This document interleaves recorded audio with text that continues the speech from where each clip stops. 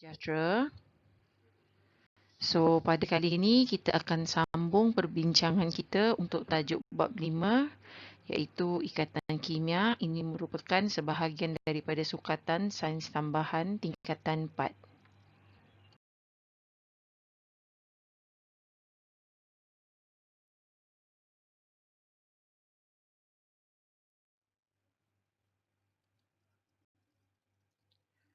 So, pada kali ini kita akan fokus kepada subtopik seterusnya iaitu mengenai ikatan ion.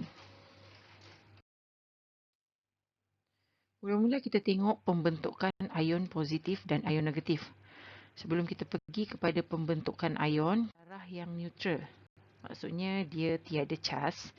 Dia mempunyai bilangan proton dan elektron yang sama. So, bila bilangan proton dan elektron yang sama, proton bercas positif dan elektron bercas negatif, maka atom mempunyai atom bersifat neutral. Maksudnya dia tiada cas. So, atom ini belum stabil kerana belum mencapai susunan elektron valence yang duplet ataupun oktet kecuali atom-atom yang berada dalam kumpulan 18. Okey. Oleh kerana dia belum stabil, untuk mencapai kestabilan maka dia perlu menjadi ion.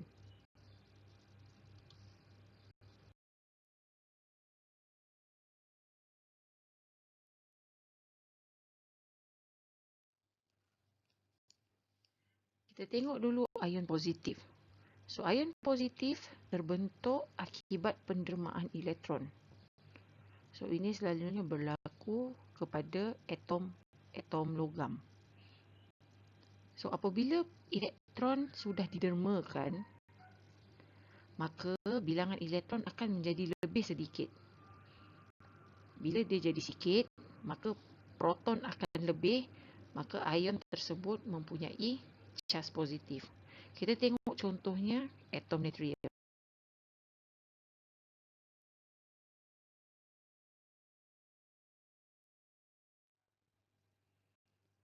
So, atom natrium ini merupakan susunan zarah bagi susunan elektron bagi atom natrium.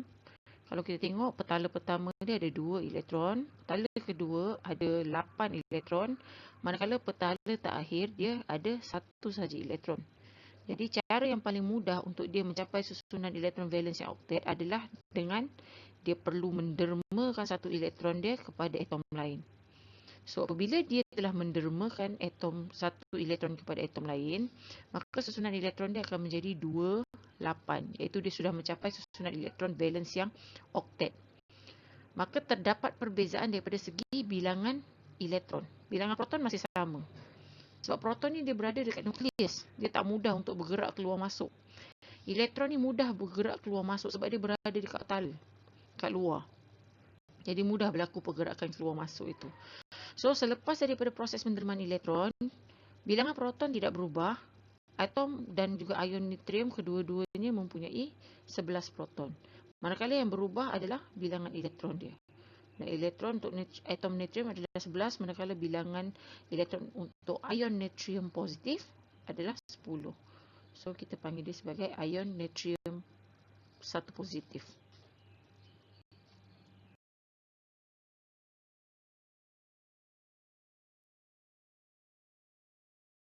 Seterusnya kita tengok pula ion negatif. So, ion negatif ini terbentuk akibat atom menerima elektron daripada atom lain. So, dia menyebabkan bilangan elektron akan jadi lebih banyak berbanding proton. Contohnya kita boleh tengok pada atom klorin.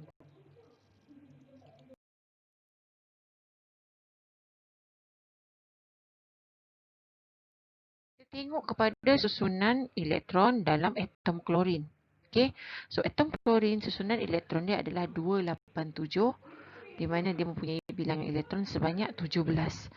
Jadi, susunan elektron dia pada petala terakhir adalah 7. So, dia perlukan satu lagi untuk mencapai susunan elektron valence yang oktet. Jadi, dia perlu terima elektron tersebut daripada atom lain.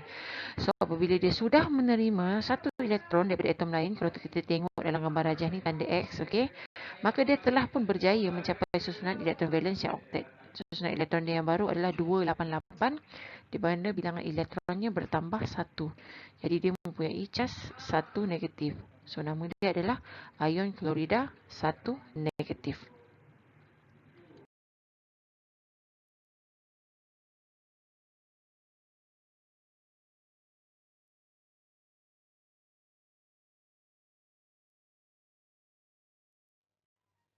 Kita tengok pula pembentukan ikatan ion dalam sebatian ion.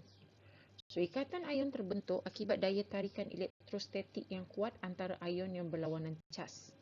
Sebagaimana yang kita tahu, pembentukan ikatan ion ni perlu berlaku di antara ion negatif dan juga ion positif. So, bila ada dua cas yang berlawanan, maka daya tarikan akan wujud. Daya tarikan itulah yang kita panggil sebagai daya tarikan elektrostatik. Ini merupakan suatu daya tarikan yang kuat.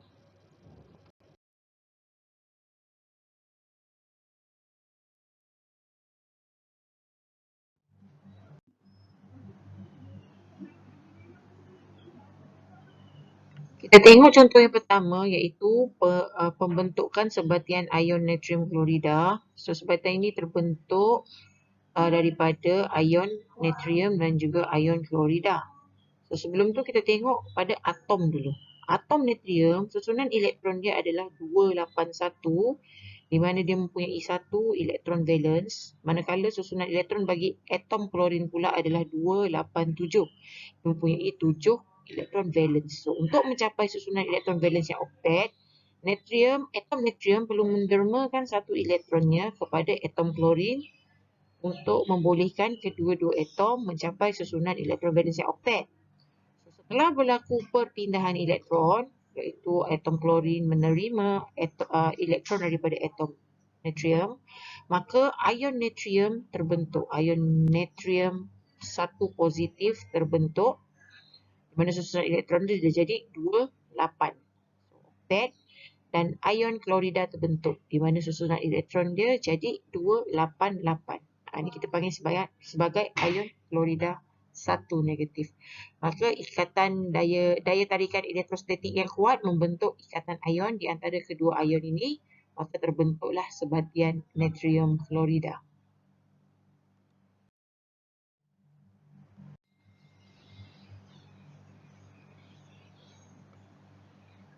Kita tengok contoh yang kedua pula, iaitu pembentukan sebatian ion magnesium oksida.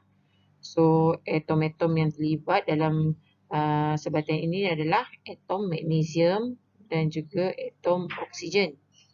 So, atom magnesium, susunan elektron dia adalah 282, di mana dia mempunyai 2 elektron dalam elektron valence. Manakala oksigen pula, susunan elektron dia adalah 286, di mana dia mempunyai 6 elektron valence.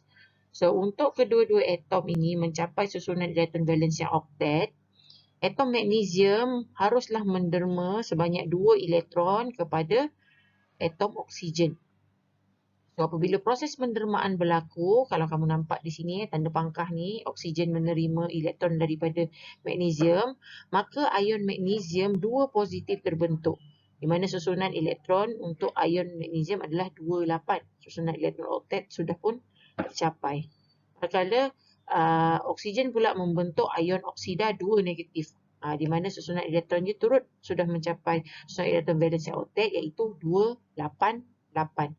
Maka daya tarikan elektrostatik yang kuat di antara ion magnesium 2 positif dan ion oksida 2 negatif membentuk sebatian magnesium oksida. Kita tengok kepada sifat fizik sebatian ion. So, sifat fizik kesebatian ion ni ada 3. Yang pertama adalah dia boleh mengkonduksi elektrik dalam keadaan leburan atau larutan aqueous. Maksudnya apabila dia dalam keadaan lebur ataupun bila dia dilarutkan di dalam air, maka sebatian ion ni boleh mengkonduksi elektrik. Tetapi kalau dia berada dalam keadaan pepejal, dia tidak boleh mengkonduksi elektrik. Yang kedua adalah takat lebur dan takat didih yang tinggi. Ini disebabkan oleh daya tarikan elektrostatik yang kuat, memerlukan tenaga kinetik yang tinggi untuk mengatasi ikatan ini. Sebab itu takat lebur dan takat didihnya tinggi. Dan akhir sekali adalah sebatian ion dia larut dalam air tetapi tidak larut dalam pelarut organik. Kalau organik ni contohnya macam tetrachlorometana, ether, tupetin, ester, semua tu sebatian ion tak larut dalam pelarut organik. Okey, tapi sebatian ion dia larut di dalam air.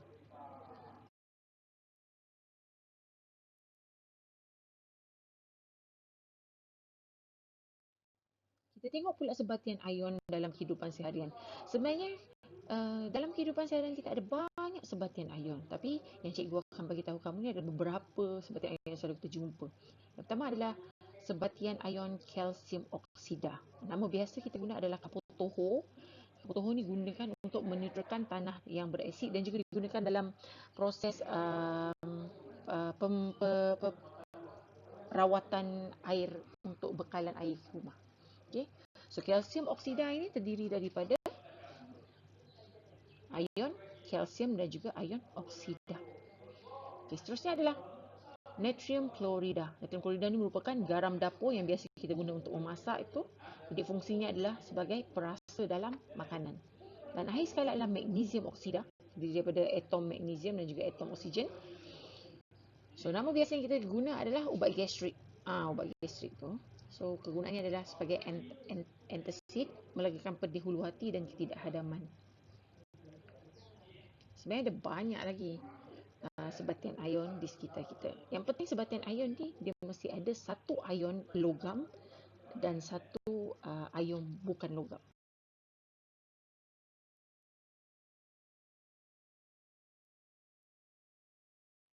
Jadi setakat itu saja untuk minggu ini. InsyaAllah kita akan jumpa lagi minggu hadapan untuk sambung topik seterusnya iaitu ikatan kovalen.